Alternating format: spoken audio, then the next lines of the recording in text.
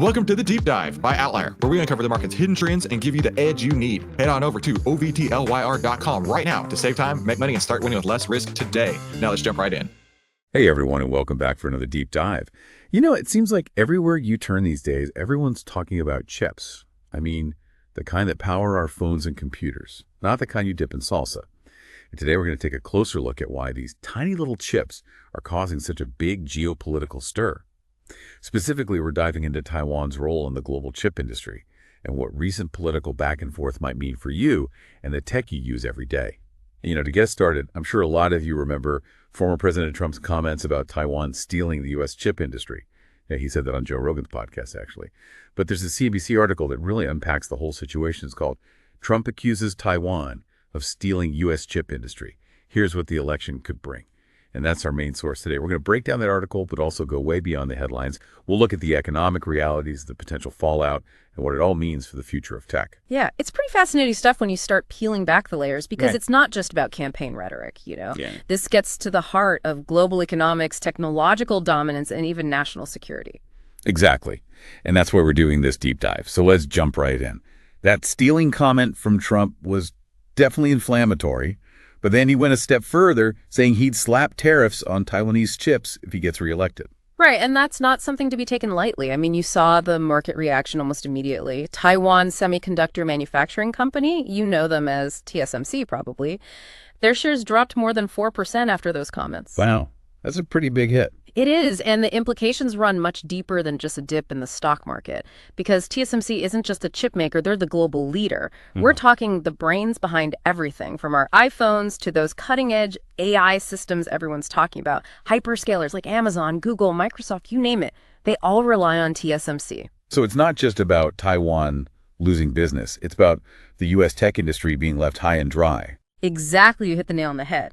To put it in perspective, UBS analysts estimate that TSMC manufactures over 90% of the world's most advanced chips. 90%, that's insane. Yeah, it's a staggering figure, and it reveals just how vulnerable the U.S. is when it comes to this technology.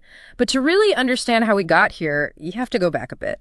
You know, the U.S. used to dominate chip making, but over decades, that industry shifted to Asia, and Taiwan emerged as the powerhouse. There are a lot of reasons for that shift, but one of the key factors is that Taiwan invested heavily in research and development. They created this highly skilled workforce and fostered a really collaborative environment between the government industry and universities. So basically, they played the long game, and it paid off big time. You could say that. Okay, so that explains TSMC's rise. But what about the U.S. response?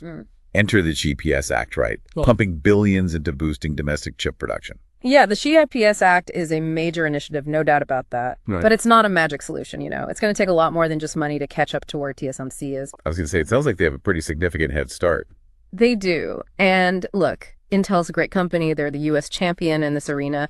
But even they are struggling to match TSMC's technological prowess. It's not just about the money. It's about recreating that intricate ecosystem that allowed Taiwan to flourish in the first place. Right, it's about the expertise, the infrastructure, the whole shebang. Exactly, and that's not something you build overnight.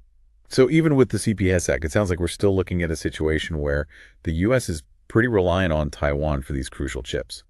Which brings us back to Trump and those tariff threats. What happens if he gets reelected and actually follows through with that?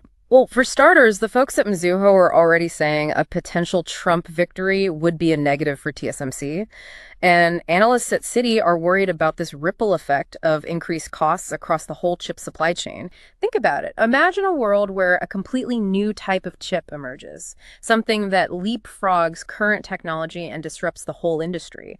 That could come from the US, from China, even a smaller country like the Netherlands. Remember that company ASML we talked about? They're a major player in chip manufacturing. Wow. So even as we're trying to untangle this whole U.S. Taiwan China situation, there could be a technological curveball coming out of left field. Yeah. Exactly. You got to be ready for anything in this game. Well, I have to say, this deep dive has been eye-opening. It's been a pleasure. Seriously, I never thought I'd be so fascinated by microchips. But it's clear these tiny things have a huge impact on our lives and the world around us. They really do. And as you said earlier, awareness is key. The more we understand about this complex situation, the better equipped we are to make informed decisions. Couldn't agree more. So to all our listeners out there, thanks for joining us on this deep dive into the wild world of chips and geopolitics. Be sure to check out the show notes for all the sources we talked about today.